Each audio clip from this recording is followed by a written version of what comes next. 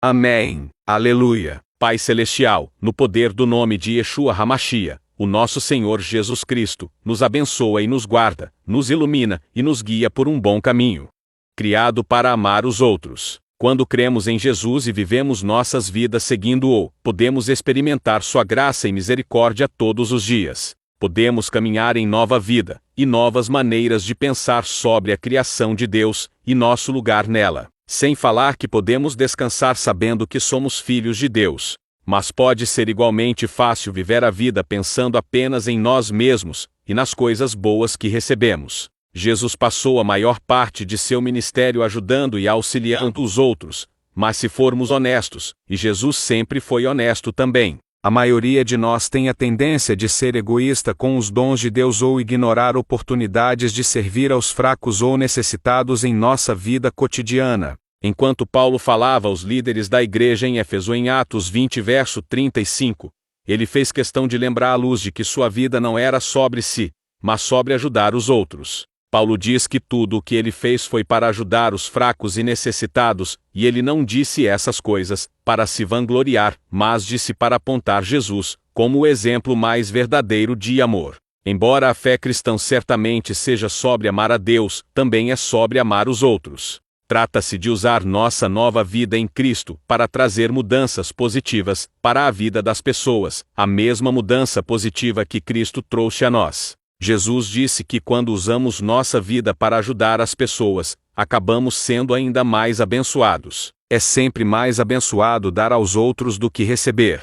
Agora vamos pegar a Bíblia Sagrada edição pastoral. Vamos fazer a leitura em Atos dos Apóstolos, capítulo 20 versos 17 ao 35. Desculpa, eu marquei 27, mas é versos 17 ao 35. O testemunho de Paulo. De Mileto, Paulo mandou emissários a Éfeso para chamar os anciãos dessa igreja. Quando os anciãos chegaram, Paulo lhes falou: vocês bem sabem de que maneira me comportei em relação a vocês durante todo o tempo, desde o primeiro dia em que cheguei à Ásia. Servi ao Senhor com toda a humildade, com lágrimas e no meio das provações que sofri por causa das ciladas dos judeus. Nunca deixei de anunciar aquilo que pudesse ser de proveito para vocês, nem de anunciar publicamente, e também de casa em casa. Com insistência, convidei judeus e gregos a se arrependerem diante de Deus e a acreditarem em Jesus nosso Senhor.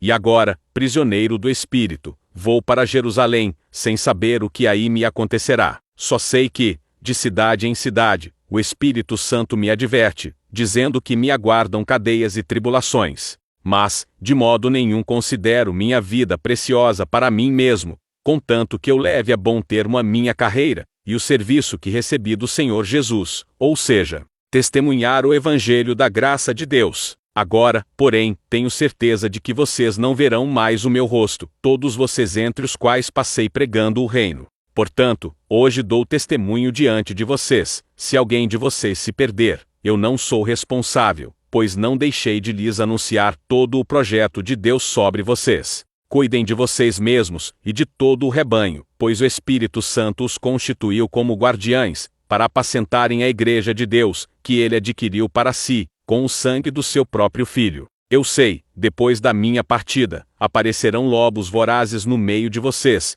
e não terão pena do rebanho. E do meio de vocês mesmos surgirão alguns falando coisas pervertidas, para arrastar os discípulos atrás deles. Portanto, fiquem vigiando e se lembrem de que durante 3 anos, dia e noite, não parei de admoestar com lágrimas a cada um de vocês. Agora, pois, eu os entrego ao Senhor e a palavra de sua graça, que tem o poder de edificar, e de dar a vocês a herança entre todos os santificados. Ademais, não cobicei prata, nem ouro, nem vestes de ninguém. Vocês mesmos sabem que estas minhas mãos providenciaram o que era necessário para mim, e para os que estavam comigo. Em tudo mostrei a vocês que é trabalhando assim que devemos ajudar os fracos, recordando as palavras do próprio Senhor Jesus, que disse: há mais felicidade em dar do que em receber.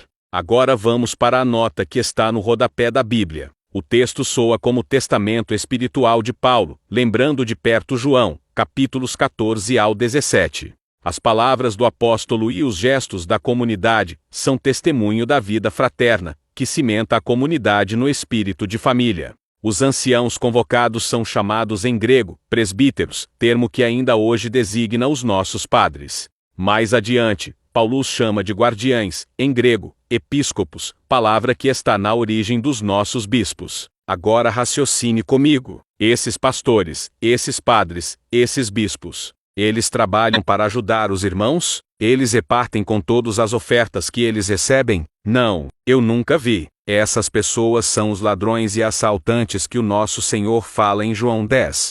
Vejam o que fala na nota do rodapé em João 10, versos 1 ao 6. Nesta comparação, o curral representa a instituição que explora e domina o povo. Os ladrões e assaltantes são os dirigentes. Jesus mostra que sua mensagem é incompatível com qualquer instituição opressora e que sua missão é conduzir para fora da influência dela os que nele acreditam, a fim de formar uma comunidade que possa ter vida plena e liberdade. Versos 7 ao 21. O único meio de libertar-se de opressores, ou de uma instituição opressora, é comprometer-se com Jesus, pois ele é a única alternativa, a porta. Jesus é o modelo de pastor. Ele não busca seus próprios interesses. Ao contrário, ele dá a sua própria vida a todos aqueles que aceitam sua proposta. Jesus provoca divisão. Para uns, suas palavras são loucura. Para outros, sua ação é sinal de libertação. Deixem de pecar e vivam uma vida santa, e o Espírito Santo vai abrir os olhos de vocês e o entendimento. Eu parabenizo esse irmão que não teve medo de falar a verdade. Vamos ouvir.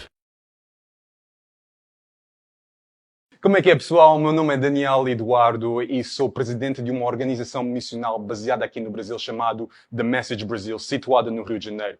Eu vou ler Atos capítulo 20, versículo 35.